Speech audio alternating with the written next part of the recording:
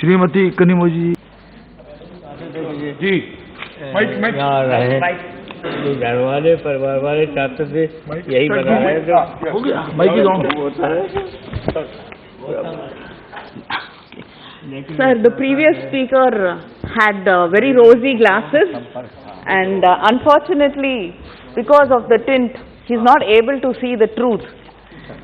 None of us deny that there has been improvement, but there's so much more to be done. We cannot blame everything on governments which were there, 10 years ago, and try to, push the entire blame on somebody else and not take responsibility for what today. So the infrastructure is always built by the government in all major economies, and today when we talk about the survey, economic survey, it says that if we invest 1 rupee in the railway, it generates 5 rupees in the economy. This is a clear advantage in investing public money in the railway infrastructure. Yet the union government has been neglecting the railway sector time and again. And the railway budget is primarily funded from 3 different sources: budgetary support by the union government, the extra budgetary resources, and its own internal resources. But the budgetary estimate for 22-23 is 2.45 lakh crores, and the budgetary estimate for the previous year was 2.15 lakh crores. The budgetary estimate seems to have been escalated, but the revised estimates, while the actual expenditure is nowhere even matches with the revised estimate. The financial performance of the railways during the past 3 consecutive years revealed that even the reduced allocation at the RE stage could not be fully utilized. I'd like to know why. Because there's so much to be done, and why has the funds not been fully utilized? And today we are talking about privatization, and they assume that everybody has accepted and happy with privatization. We have seen examples, even what happened to the Delhi metro to the airport, when the private player just abandoned because it was not profit making. They just abandoned, and then in the last minute the railways had to take it over and complete, and even when it was completed, there's a lot of falls over there, problems with the buildings over there. So this is what the private sectors are capable of doing. So we have to understand that and not think that the best thing to happen to the railways is to give it to the private organizations and move away from it. Sir, all freight trains will be, you're saying by 2031, all the freight trains will be privatized, along with 30% of the 750 railway stations. So profit-making coaches are the AC coaches, and you want to privatize that. Only the loss-making second-class passenger trains will be left with the railways. And interestingly, the private player just has to invest in running the trains. The driver, the guards, and the tracks were all from the railways. The railways will also maintain the station, while the bookings will be done by the Indian Railways Catering Tourism Corporation or the IRCTC. This means that the Indian Railways will only run loss-making passenger trains, while all the profit-making trains will be operated by the private sector. As the profit is only from AC trains, the railway losses will increase by this. So why are we doing this? Why are you just taking over losses and giving away all the profit-making things? Family silver. Yeah, exactly. You're just giving away the family silver to the private players, and we've seen what the private players do. They do not take up the responsibility when they do not see profits. They just abandon the project and leave.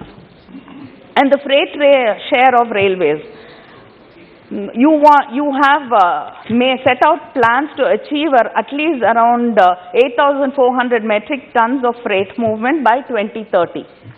But today, it is only 26% of the total freight movement of the country which the railways are handling. So there's so much of gap there, and you're not even handling 50% of the freight within the country. So there's a huge gap which you have to build across. And the jobs in the railways, as I think Suresh ji also when he spoke here mentioned about it, I'd like to add to that. There's so many vacancies. More than 2.65 lakh jobs are vacant in the Indian railways. You haven't been able to provide jobs for the youth in this country. At least in this sector, when there are vacancies, you can definitely fill that. And the language, South Indians don't get job opportunities these days in the railways. Yes, yes. It looks like there is a effort to keep us away from these jobs. And more than that, people who interact with the locals, with the passengers, have to know the language. Yes. We've actually had so many incidents where there could have been accidents because the person handling that does not understand the local language, does not speak the local language. Yes, you have to be sensitive to people's lives. You cannot play with people's lives. Sir, an accessibility of railway stations for the differently abled, it has so much more to ask for. You've been saying that you're more sensitive and it will be considered, but even the committee has recommended, the Parliamentary Standing Committee on Social Justice and Empowerment recently assessed the implementation of the scheme for the people with disabilities, and they said there's so much lagging behind, and they have to provide better facilities. And before 2 years, before the COVID, there were coaches for differently able people. But now, in quoting COVID as a reason, these coaches have been stopped. But I mean, I think it is high time these coaches are restored and differently able people are allowed to use that. Very good point. And even when there are special coaches, it is being used illegally by other people, and unfortunately the differently able people do not have access to these coaches also. So that has to be taken into consideration. And the union government has removed 4% job reservation for the differently abled in many of the jobs, IPS, Railway Protection Force, and all that. I mean, in many places, I really don't understand, you know, what kind of social justice are we talking about if this is not happening. And railway electrification. You've said there will be 100% electrification by 2023, and that is next year. You've hardly reached 73%. So what plans do you have to achieve this 100% electrification? And in my constituency, Thoothukudi, I'm quoting that as an example, but there are so many, more than 1,368 railway underbridges in this country which has waterlogging. But every year we only, deal with it to pump out water, and every year there's waterlogging in all these places. We need a permanent solution. And in my constituency, for example, like when there are rains and flooding, water from the sea also comes in. And pumping out water is not an easy thing. So you need permanent solutions for issues like this. You can't just have flooded underbridges. And the railway tracks we've seen more than 60 elephants in the last 3 years have been killed in the tracks. These deaths could have been avoided had the forest and railway departments worked together, communicated with each other, and coordinated. Very good point. The CAG report has even said that the basic signage is not available, and there is nothing to alert the loco pilots that it is an elephant crossing area and they have to be slow, and they're not sensitized, there's no training for them. At this rate, if it goes on like this, I think in a decade or so, we will, not have elephants in this country. And railway safety, again, much was said about the railway safety. More than 13,000 train accidents across the country have killed nearly 12,000 railway passengers last year. And according to a recent report by the National Crime Records Bureau published in 2021, the latest statistics mean that on average, 32 people have lost their lives every day. This is a shame, and I think we have to think about the families of the lives which have been lost, and definitely something has to be done to ensure that there is safety, and we've seen so many accidents in railway crossings also.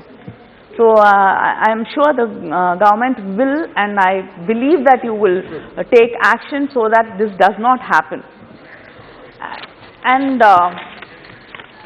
during COVID, many trains were stopped, many trains were withdrawn, and many of the stops were also withdrawn.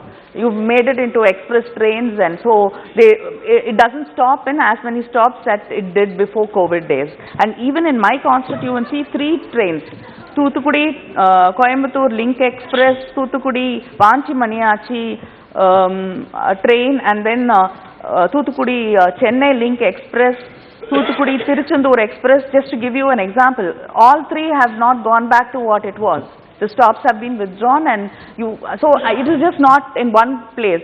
In many places there are, I think even in Kerala and throughout India, there are, a lot of people depend on trains still. Even if you want to neglect it and give it away to the corporates, I think still people depend on the trains, and we have to revive these stations and stops. And the last thing I like to raise is that many people have noticed and even observed that there is a big difference between the coaches in the northern part of India and the southern part of India. Our coaches seem to be worn out and in very bad dilapidated conditions, and water leakage, and it looks very unsafe. We don't get new coaches at all. I ordered for you.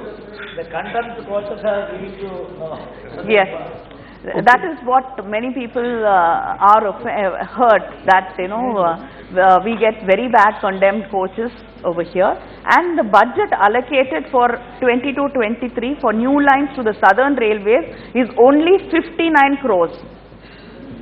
59 crores to the southern railways, and the northern railways is 13,200 crores. What? Oh my God.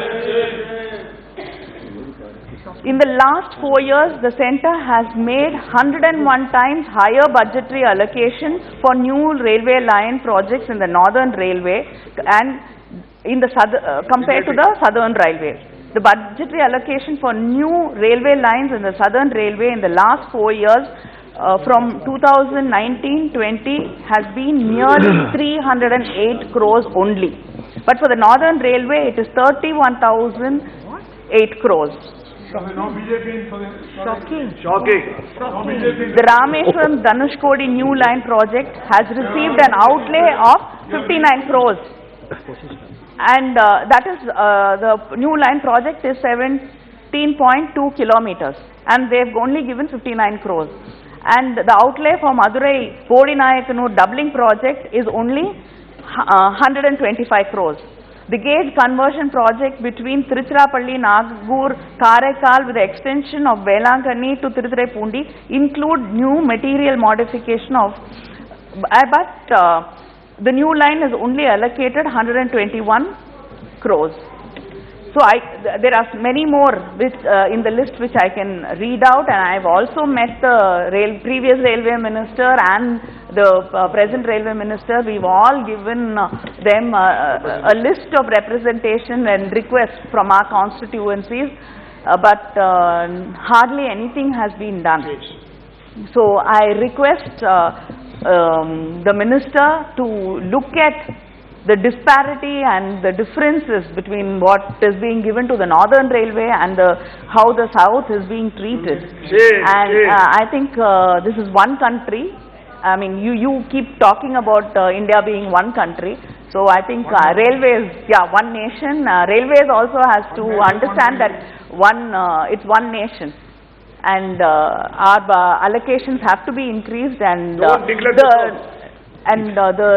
trains which have been stopped and the stations which have been stopped have to be revived, because people are suffering a lot, and I think the coaches and the stations in South have to be improved. Thank you. Thank you. Very good, very good, very good.